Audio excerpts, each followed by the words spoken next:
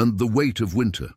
The tank destroyer sat like a dying beast at the crossroads, black smoke pouring from its engine compartment while its main gun still pointed defiantly toward the German-held ridgeline.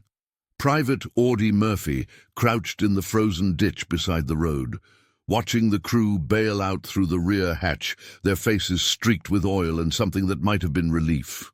The Vosges mountains stretched around them in every direction, their snow-laden pines offering concealment but little comfort against the bitter January cold of 1945.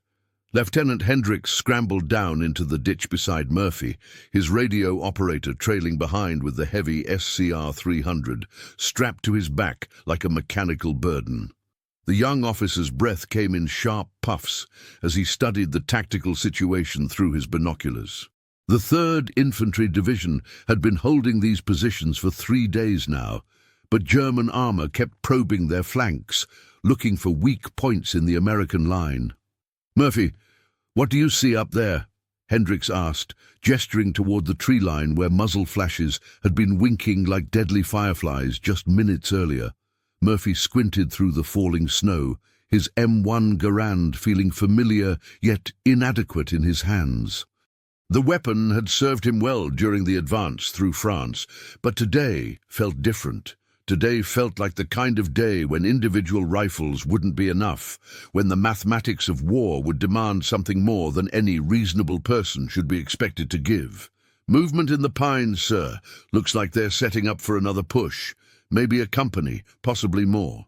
The radio operator, a nervous kid named Kerrigan from Philadelphia, fumbled with his handset as static crackled from the receiver.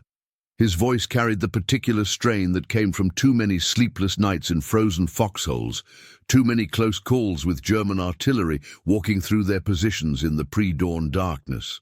"Sir, battalion wants to know our ammunition status and casualty count. They're asking about withdrawal routes." Hendricks lowered his binoculars and looked at Murphy with an expression that mixed tactical assessment with something approaching desperation. The lieutenant was young, maybe 23, but the Vosges mountains had aged him considerably.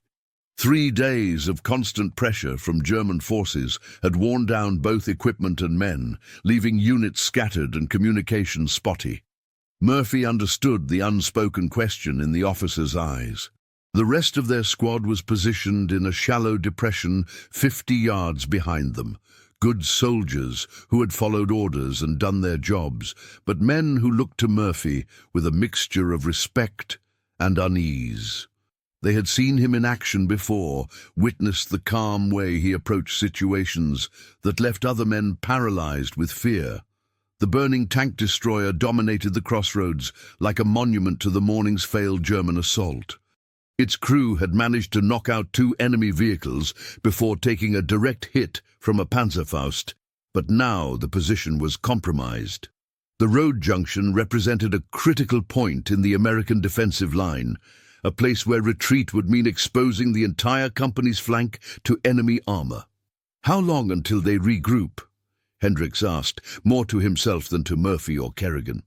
Murphy had been studying the German positions with the patience of someone who had learned to read terrain and enemy movement through hard experience. The snow muffled sound, but also revealed tracks and staging areas. He could see where the enemy had pulled back to reorganize, could estimate how long it would take them to coordinate another assault. 30 minutes, maybe less. "They know we're thin here." The words carried weight beyond their tactical meaning. Everyone in the ditch understood that this stretch of the line was held by fewer men than doctrine recommended, with equipment that had seen better days and ammunition that would have to last until nightfall at least. Supply lines through the Vosges mountains were tenuous at best, subject to weather and enemy interdiction. Kerrigan's radio crackled again, bringing news that none of them wanted to hear. Battalion was reporting German armor moving in strength along parallel routes, threatening to cut off forward elements if they remained in current positions too long. The implication was clear: prepared to withdraw on order, but maintain contact with the enemy until relief could be organized. Murphy felt the familiar tension building in his stomach. the same feeling he had experienced during training exercises when the solution to a tactical problem required someone to accept risks that seemed almost suicidal. But training exercises ended with critique sessions and hot meals. Here in the Vosges, the consequences were measured in frozen graves and letters that would never be written home. The tank destroyer's main gun remained intact despite the damage to its engine and drive systems. Its 76mm cannon still commanded the road junction, still represented significant firepower if someone could operate it. Murphy found himself studying the vehicle with growing interest, calculating angles of fire and fields of observation, weighing possibilities against probabilities in the cold mathematics of survival. If stories like this make you imagine what you'd do under fire, tell us in the comments how you think you'd react in this situation. And stay with us for the next chapters. The German artillery began again at precisely 11:30, walking shells across the American positions with methodical precision that spoke of good observation and professional fire direction. Murphy pressed himself against the frozen earth of the ditch as explosions marched closer to their position, each detonation sending chunks of ice and frozen soil cascading down on the men below. Sergeant Collins, the squad leader who had taken shrapnel during the previous day's fighting, crawled up to where Murphy lay, watching the enemy tree line. The NCO's face was drawn with pain and exhaustion, but his eyes remained sharp with the kind of professional assessment that separated veteran soldiers from replacements. "Kid, I don't like how they're setting this up," Collins said, having to raise his voice over the continuing barrage. "They're fixing to come at us with everything they've got." Through the smoke and falling snow, Murphy could see German infantry beginning to move forward under cover of their artillery preparation. They advanced in small groups, using terrain features and forest cover with the skill of men who had been fighting in these mountains for weeks. Behind them, he caught glimpses of heavier equipment, the angular silhouettes of armored vehicles positioning themselves for a coordinated assault. Lieutenant Hendricks had established a temporary command post in a shell crater 20 yards down the road, close enough to coordinate with the squad, but far enough back to maintain communication with higher headquarters. Kerrigan hunched over his radio, relaying situation reports that painted an increasingly grim picture of the tactical situation across the entire sector. The 3rd Infantry Division's lines in the Vosges Mountains had been under constant pressure since the German winter offensive began. American units found themselves fighting in terrain that favored the defense, but without the luxury of prepared positions or adequate resupply. Every engagement became a delicate balance between holding critical ground and avoiding the kind of casualties that would render units ineffective. Murphy studied the abandoned tank destroyer with growing certainty about what would need to happen next. The vehicle's position dominated the road junction, its main gun capable of engaging targets that individual riflemen couldn't touch. But operating the weapon would require exposing himself to concentrated enemy fire from multiple directions, a prospect that violated every principle of individual survival he had learned. Private Thompson, a replacement who had joined the squad just 2 weeks earlier, crawled up beside Murphy with a question written across his young face. The kid was maybe 19, fresh from stateside training that had prepared him for textbook warfare, but not for the improvisations and desperate measures that characterized fighting in the Vosges. "Murphy, what's the plan here? We're gonna pull back like Battalion suggested." The question hung in the air between them, complicated by factors that went beyond simple tactical calculation. Murphy knew that withdrawal from this position would compromise other units, would force them to give ground that might not be recoverable. But staying meant accepting risks that no reasonable military manual would recommend. Collins shifted position carefully, favoring his wounded leg, while maintaining observation on the German advance. The sergeant represented 20 years of army experience, a man who had served in peacetime garrisons and now found himself fighting in European forests that seemed designed to frustrate American tactical doctrine.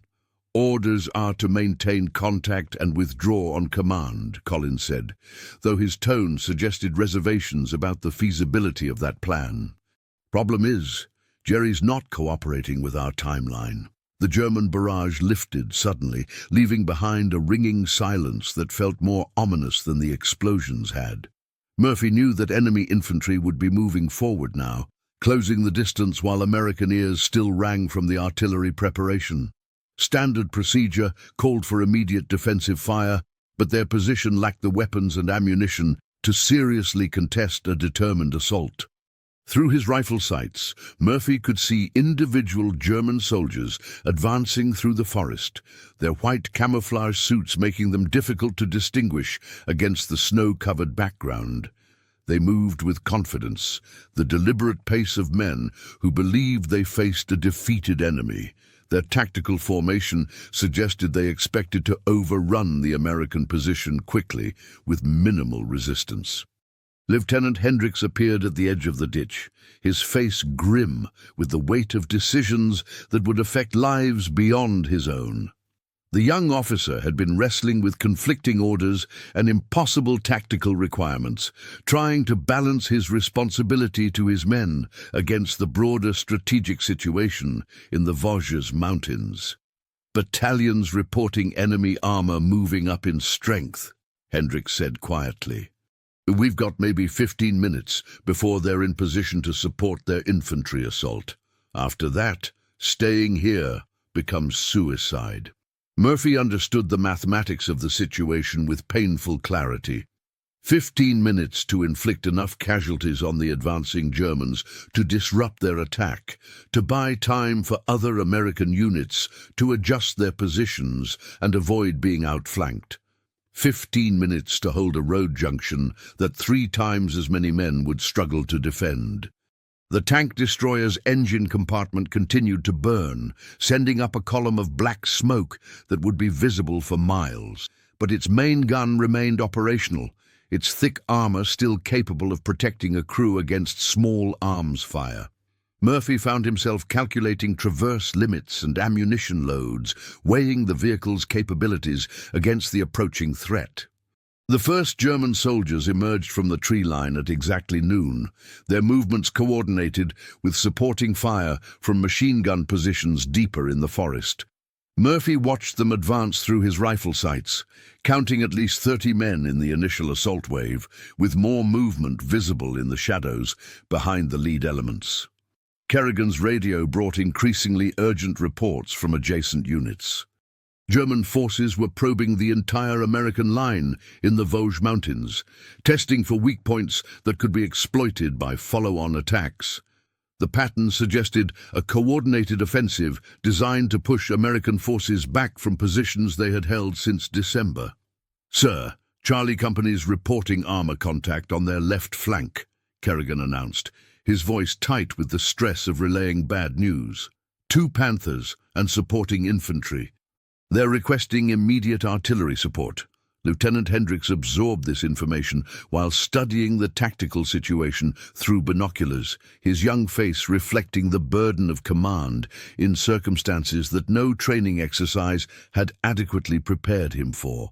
The mathematics of the situation were becoming increasingly stark.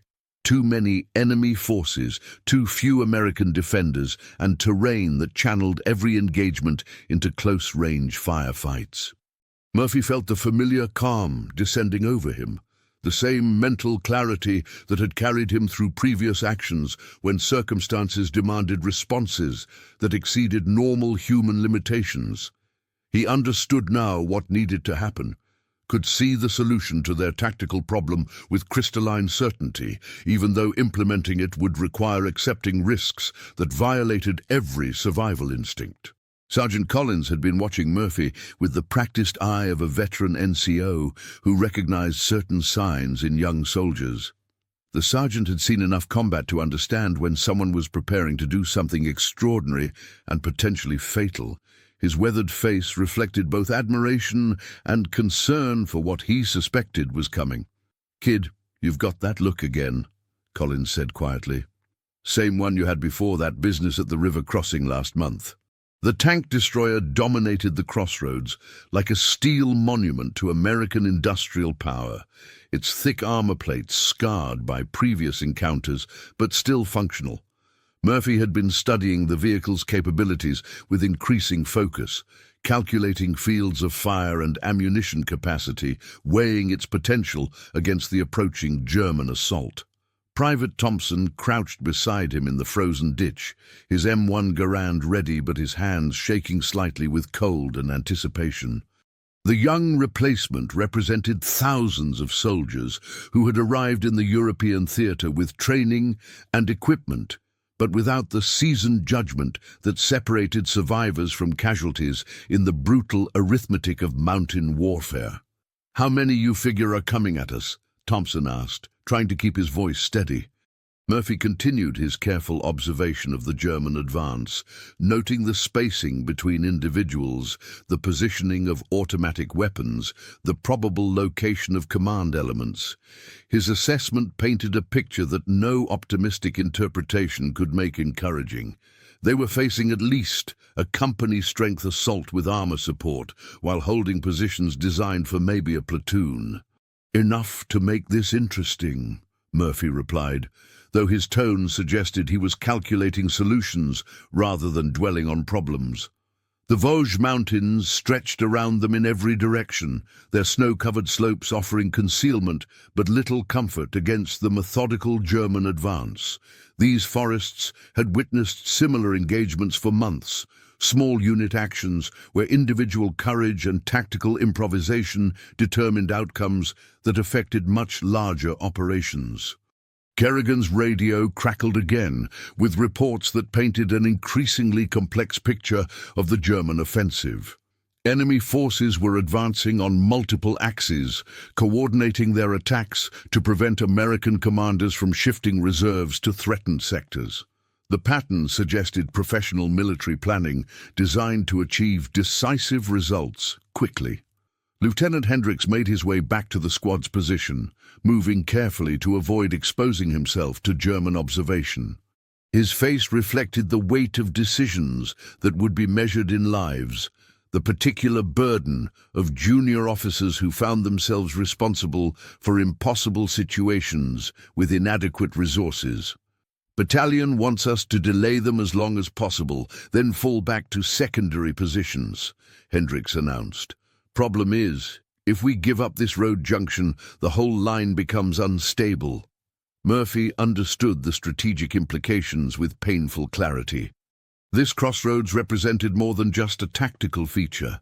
It was a critical node in the American defensive network, a position that channeled enemy movement and provided observation over key approaches. Losing it would compromise other units and potentially trigger a general withdrawal. The German machine guns opened fire suddenly, their distinctive cyclic rate echoing through the forest as bullets snapped overhead with deadly precision. Murphy pressed himself against the frozen earth, feeling the familiar surge of adrenaline that accompanied close contact with enemy forces. Around him, other members of the squad returned fire with their individual weapons, but their M1 Garands seemed inadequate against the coordinated German assault. Through the chaos of small arms fire and shouted commands, Murphy found himself studying the tank destroyer with renewed focus. The vehicle's 76mm main gun remained operational despite the damage to its mobility systems, its thick armor providing protection that no foxhole could match. Operating it would require exposing himself to concentrated enemy fire, but it also represented the only weapon system capable of stopping the German attack. Would you follow the orders exactly, or trust what your own eyes and instincts tell you in a moment like this? Comment which path you'd take, and share this episode with someone who loves real human stories from history. Murphy made his decision in the space between heartbeats, while German bullets snapped through the air above the ditch, and the distant rumble of approaching armor grew steadily louder. The tank destroyer sat burning at the crossroads, its crew long gone, but its main gun still commanded the road junction where everything would be decided in the next few minutes. "Cover me," Murphy told Sergeant Collins. though he knew no amount of covering fire could truly protect what he was about to attempt. Before anyone could object or try to stop him, Murphy vaulted out of the ditch and sprinted toward the abandoned vehicle. German machine gunners immediately shifted fire in his direction, their bullets striking sparks off the frozen asphalt and whining past his head with lethal precision. The 50 yards between the ditch and the tank destroyer felt like 50 miles, each step a conscious choice to continue moving forward when every survival instinct screamed for him to seek cover. He reached the vehicle and hauled himself up onto its deck, the metal burning hot in some places from the engine fire, frozen cold in others from the January air. The main gun's controls were exactly where his training had taught him they would be, familiar enough despite the chaos erupting around him. Through the gun sight, he could see German infantry advancing in tactical formation, confident in their numerical superiority and supporting fires. The first round from the 76mm cannon caught the leading German squad in the open, the high-explosive shell erupting among them with devastating effect. Murphy traversed the gun smoothly, his movements deliberate and precise despite the increasing volume of fire directed at his position. A second round scattered another group of advancing infantry, forcing them to seek cover and disrupting their coordinated assault. Lieutenant Hendricks watched from the command post with a mixture of amazement and horror as Murphy worked the tank destroyer's main gun with methodical efficiency. The young officer understood that he was witnessing something extraordinary, an act of individual courage that transcended normal tactical expectations, but he also recognized the terrible mathematics of the situation. "Jesus Christ, he's actually stopping them," Kerrigan whispered into his radio handset, momentarily forgetting proper communication protocol in his shock at what he was witnessing. From his elevated position on the tank destroyer, Murphy could see the full scope of the German assault, at least 40 infantry supported by 2 armored vehicles moving up through the forest, a force that should have overrun the small American position within minutes. But his accurate fire with the main gun was forcing them to take cover, breaking up their formation and buying precious time for other units to adjust their positions. Sergeant Collins directed the squad's rifle fire from the ditch, coordinating their shots to support Murphy's single-handed defense of the crossroads. The veteran NCO had seen many acts of courage during his military career, but nothing that compared to watching one man face down a company-strength assault with a burning tank destroyer's main gun. The German return fire intensified as their assault leaders recognized the threat posed by the American gunner. Machine gun bullets rang against the tank destroyer's armor plating, while rifle fire snapped past Murphy's head with increasing accuracy. One round grazed his shoulder, another shattered the periscope inches from his face, but he continued working the gun with steady concentration. Private Thompson fired his M1 Garand as rapidly as he could load fresh clips, his aim wild, but his intent focused on providing whatever support possible for Murphy's impossible stand. The young replacement had never imagined that individual soldiers could affect tactical situations in such dramatic fashion, that one man's courage could alter the outcome of company-level engagements. Through the gun sight, Murphy tracked a German Panzerschreck team attempting to maneuver into position for a shot at the tank destroyer. His next 76mm round landed close enough to scatter the anti-tank crew and destroy their equipment, eliminating the most immediate threat to his position. But ammunition was running low, and German infantry were beginning to work around his flanks. The radio in Lieutenant Hendricks' command post crackled with urgent reports from battalion headquarters.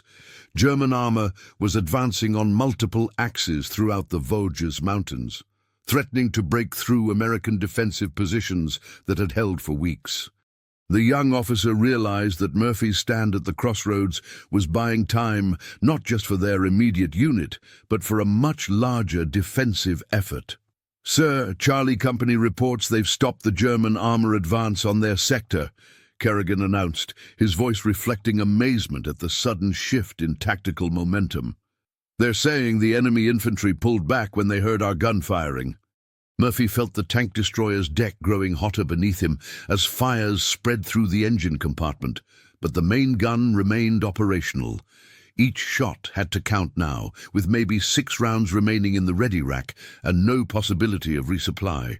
The German infantry had gone to ground, their assault stalled by accurate fire from a weapon system they hadn't expected to encounter. In the forest beyond the crossroads, German officers were undoubtedly reassessing their tactical situation. What should have been a simple advance against a weakly held position had become a costly engagement against determined resistance. The sound of the American tank gun echoing through the Vosges Mountains carried implications that extended far beyond this single road junction. The psychological impact of Murphy's stand began to ripple through both forces. American units that had been preparing for withdrawal found renewed determination, while German assault troops discovered that their carefully planned offensive had encountered unexpected resistance. One man's refusal to abandon his position was altering the tactical calculation across the entire sector. As the German fire slackened and enemy infantry began withdrawing to regroup, Murphy remained at the tank destroyer's gun, scanning for new targets while the vehicle burned around him. The crossroads remained in American hands, the road junction secure, but the cost of holding it had been measured in risks that no military manual would recommend any soldier accept. The silence that followed the German withdrawal felt heavier than the gunfire had, broken only by the crackling of flames from the tank destroyer's engine compartment and the distant sounds of other engagements echoing through the Vosges Mountains. Murphy remained at the main gun for several minutes after the last enemy soldiers disappeared into the forest, his hands steady on the controls, despite the adrenaline still coursing through his system. When he finally climbed down from the burning vehicle, Sergeant Collins was waiting with an expression that mixed relief, admiration, and something approaching disbelief. The veteran NCO had witnessed many acts of courage during his military career, but nothing that compared to what he had just seen.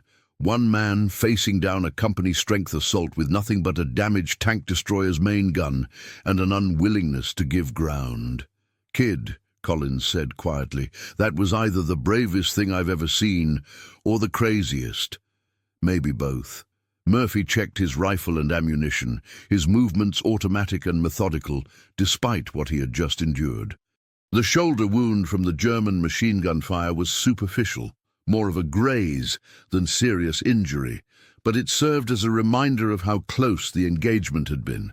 A few inches difference, a moment's hesitation, and the outcome would have been entirely different. Lieutenant Hendricks approached with Kerrigan trailing behind, the young officer's face reflecting the burden of writing after-action reports that would somehow need to capture what had just occurred. How do you reduce an act of individual courage to the dry language of military documentation? How do you explain in official terminology that one man had altered the tactical situation across an entire sector?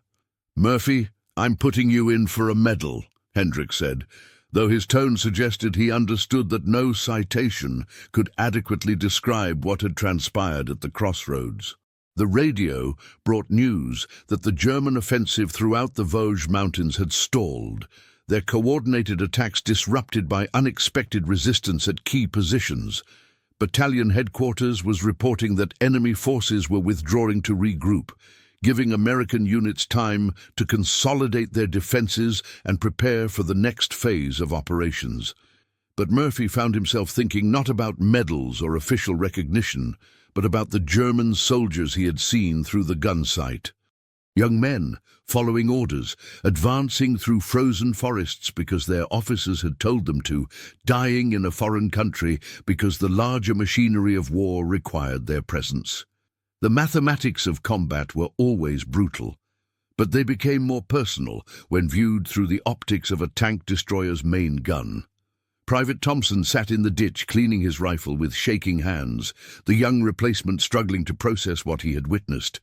The engagement had lasted less than an hour, but it had fundamentally altered his understanding of what individual soldiers could accomplish when circumstances demanded extraordinary responses to impossible situations.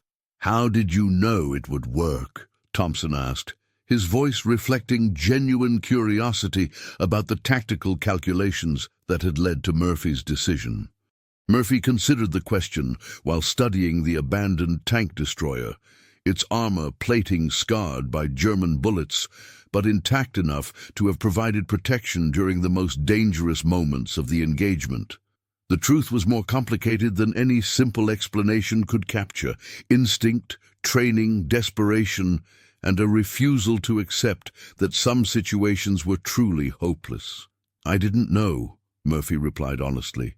"I just knew that doing nothing meant letting them through, and I couldn't live with that. The real secret, the part that would never appear in any after-action report or medal citation, was the fear that had accompanied every moment of the engagement. Not fear of dying, that was always present in combat, but fear of failing the men who depended on him, fear of making the wrong decision when no good options existed, fear of surviving while others didn't. Sergeant Collins understood this better than most, having carried similar burdens during 2 decades of military service. The NCO recognized the particular weight that settled on soldiers who found themselves capable of extraordinary actions. The psychological cost of becoming someone that others looked to for solutions when normal responses proved inadequate. The Vosges Mountains stretched around them in every direction, their snow-covered slopes concealing other small groups of soldiers facing similar, impossible choices. Each engagement was ultimately decided by individual human beings making split-second decisions about courage, duty, and survival under circumstances that no training exercise could fully replicate. As the afternoon wore on and the immediate tactical situation stabilized, Murphy found himself replaying the engagement in minute detail. Every shot fired, every target engaged, every moment when German return fire had come close to ending his ability to continue fighting. The memories would stay with him long after the war ended, surfacing at unexpected moments when the sound of machinery or the smell of burning fuel triggered associations with this frozen crossroads. Lieutenant Hendricks worked with Kerrigan to compile reports that would satisfy higher headquarters, translating the chaotic reality of small unit combat into the structured language that military bureaucracy required. But both men understood that the official version would necessarily omit the human elements that made the engagement significant. The fear, the improvisation, the terrible loneliness of making life-and-death decisions without adequate information or support. The tank destroyer continued to burn as evening approached, its smoke column visible across the frozen landscape like a monument to the day's fighting. Other American units would pass the crossroads in the coming days, seeing the abandoned vehicle and wondering about the engagement that had occurred there, creating their own stories about what had transpired when one man refused to abandon a position that should have been indefensible. 3 days later, Murphy sat in a barn that served as the company's temporary command post, reading the preliminary citation that would eventually become part of his official record. The language was precise and appropriately heroic, describing conspicuous gallantry in the face of overwhelming enemy forces and extraordinary devotion to duty. But the words felt disconnected from his memory of the burning tank destroyer and the faces he had seen through the gun sight. Lieutenant Hendricks had done his best to capture the tactical significance of the engagement, explaining how Murphy's actions at the crossroads had disrupted German offensive operations across the entire sector. The after-action report noted ammunition expenditure, enemy casualties, and strategic objectives achieved, but it couldn't convey the weight of individual decisions made under circumstances that exceeded normal human expectations. Sergeant Collins approached with 2 cups of coffee, the bitter brew that passed for luxury in forward positions during the Vosges Mountain campaign. The veteran NCO had been watching Murphy carefully since the engagement, recognizing signs that he had seen in other soldiers who carried the burden of extraordinary actions performed under fire. "How you holding up, kid?" Collins asked, settling down on an ammunition crate beside Murphy. The question carried implications beyond simple concern for physical welfare. Both men understood that the psychological cost of combat extended far beyond the immediate tactical situation, that memories of what they had done and seen would accompany them long after the war ended. Some burdens were too heavy to share, too personal to translate into words that others could understand. Murphy folded the citation and put it in his jacket pocket, next to letters from home that reminded him of a world beyond frozen forests and burning vehicles. The contrast between his family's descriptions of Texas farmland and his current environment in the Vosges Mountains seemed almost impossible to reconcile, as if they existed in separate universes governed by different laws of cause and effect. "I keep thinking about their faces," Murphy said quietly, referring to the German soldiers he had engaged through the tank destroyer's gun sight. They were just following orders, trying to do their jobs. Collins nodded, understanding the particular burden that accurate shooters carried. Infantry combat was often impersonal, conducted at ranges where individual enemies remained anonymous, but tank guns and sniper rifles eliminated that protective distance. When you could see faces through your optics, warfare became intensely personal in ways that training never adequately prepared soldiers to handle. Private Thompson had been transferred to another unit after the engagement, his replacement status requiring him to fill gaps in depleted squads throughout the company. But before leaving, he had approached Murphy with questions about courage and fear that the young veteran couldn't answer satisfactorily. "How do you explain to someone that extraordinary actions often emerge from ordinary people placed in circumstances where normal responses prove inadequate?" The radio brought news that German forces in the Vosges Mountains were withdrawing to more defensible positions, their winter offensive having failed to achieve its strategic objectives. American units would advance cautiously through terrain that had been contested for months, occupying positions that had been paid for with blood and determination by small groups of soldiers fighting isolated engagements. Murphy found himself thinking about the tank destroyer, wondering if it was still burning at the crossroads or if salvage crews had already removed the hulk. The vehicle had served as both weapon and symbol during the engagement, representing the industrial capacity that enabled individual soldiers to effect tactical situations through courage and improvisation. Lieutenant Hendricks joined them in the barn, carrying reports that painted a broader picture of the strategic situation throughout the European theatre. The German withdrawal from the Vosges was part of a larger pattern, enemy forces consolidating their positions as American and Allied pressure increased across multiple fronts.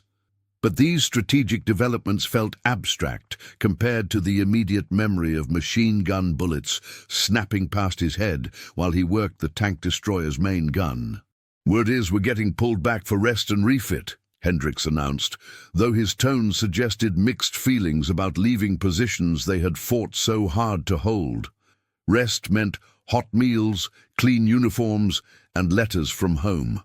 But it also meant time to think about what they had done and seen, time for memories to settle into patterns that would accompany them for the rest of their lives. Murphy understood that the engagement at the crossroads would remain vivid in his memory long after other details of the war had faded, surfacing at unexpected moments triggered by sounds, smells, or situations that echoed that frozen January afternoon.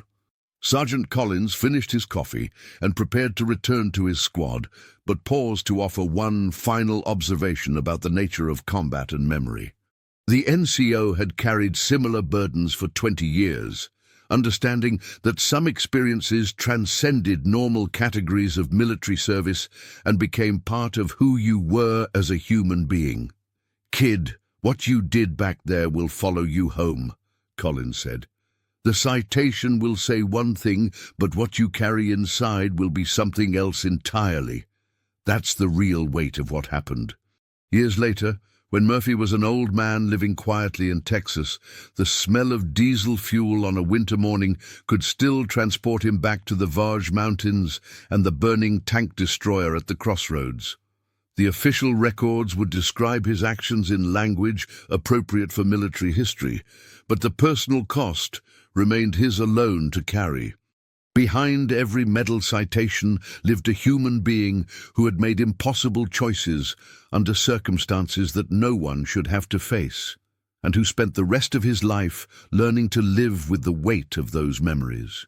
The barn fell quiet as evening approached, each man lost in his own thoughts about what they had witnessed and participated in during their time in the Vosges Mountains. Outside, snow continued to fall on positions that other soldiers would occupy tomorrow, continuing the endless cycle of war that transformed ordinary people into participants in events they would never fully understand or forget.